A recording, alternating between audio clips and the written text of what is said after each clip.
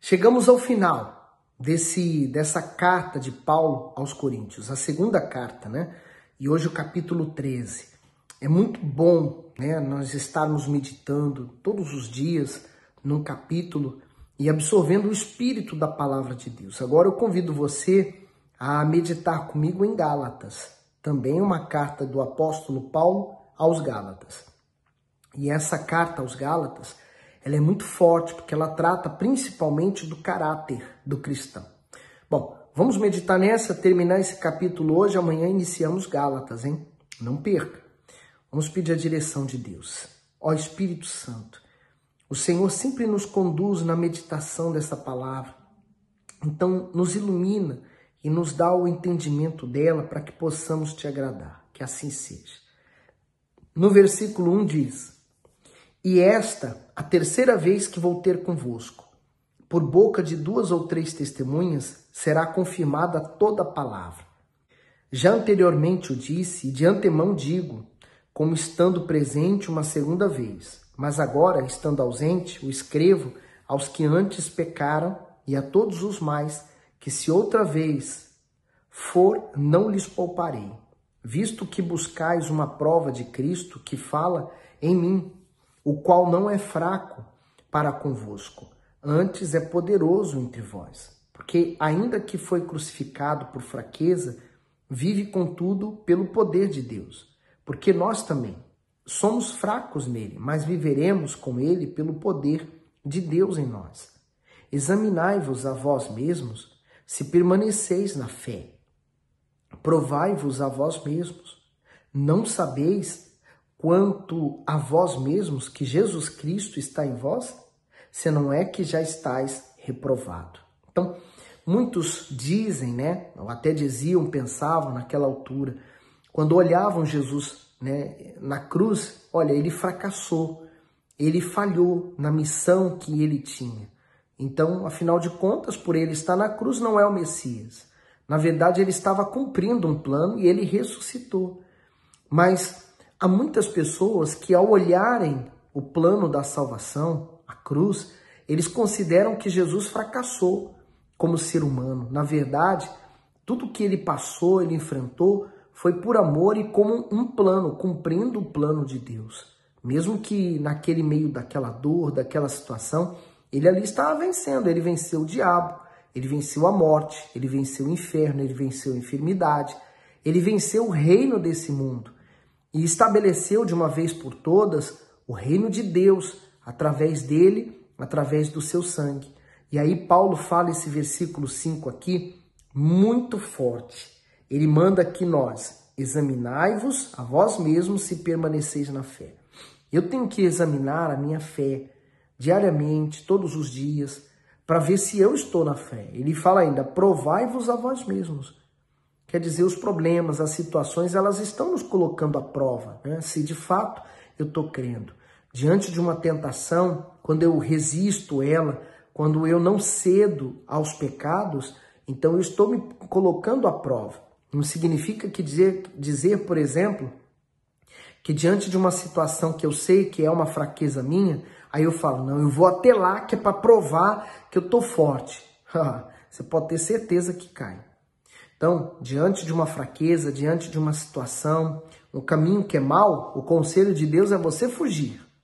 Mas o provar é você se manter firme. Ou não sabeis quanto a vós mesmos que Jesus Cristo está em vós. Quem tem Jesus em você tem o reino de Deus em si. E aí ele fala, se não é que já estáis reprovado. Há muita gente no nosso meio que está assim, dessa condição, reprovados, porque na hora da tentação, na hora de provar a sua fé, elas falharam. Olha o que o bispo diz aqui, ó. Examinai-vos. Por várias vezes, alguns coríntios colocaram em dúvida a autoridade de Paulo. Diante da indisciplina deles, era bem provável que não fossem de fato convertidos. Por isso, o apóstolo exortou para que cada um submetesse a própria fé a uma apurada avaliação. Só assim eles saberiam se pertenciam ao Senhor Jesus ou não. Dessa forma, precisamos conhecer nossa própria condição espiritual, nos examinando atentamente a fim de sabermos se em nós há sinais que evidenciam a salvação como santificação, temor e obediência.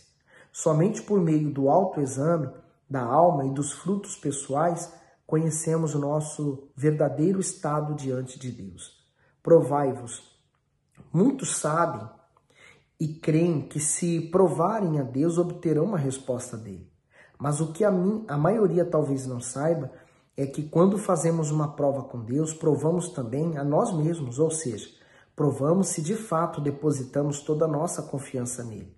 É dessa forma que descobrimos se a fé que professamos é verdadeira ou fajuta, natural ou sobrenatural. Assim também acontece quando alguém precisa testar a lâmina de um machado. Essa pessoa só vai saber se a ferramenta está afiada se usá-la, pois quanto mais afiado o machado estiver, menor esforço ela fará e mais resultado terá. Acontece o mesmo com a fé. Quanto mais pura e lapidada for, mais resultado trará. E quanto mais mesclada com dúvida estiver, menos eficácia terá.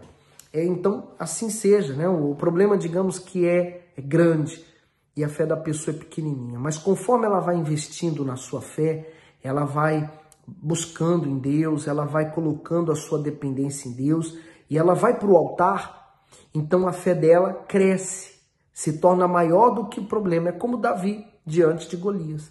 Davi, por ser pequeno em estatura, não se deteve ao ver o gigante, porque a fé dele era maior do que aquele gigante. Então ele partiu para cima do gigante e derrubou o gigante.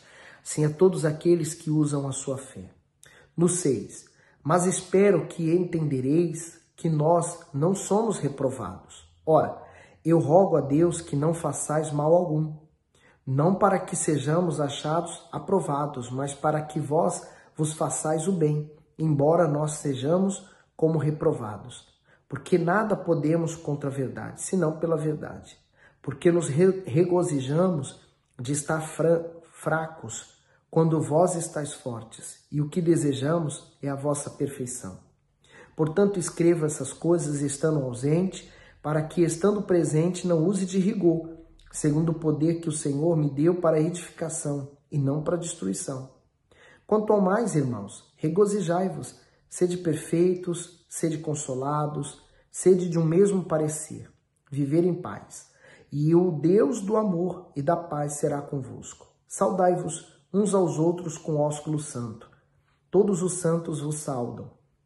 A graça do Senhor Jesus Cristo e o amor de Deus e a comunhão do Espírito Santo seja com todos vós. Amém.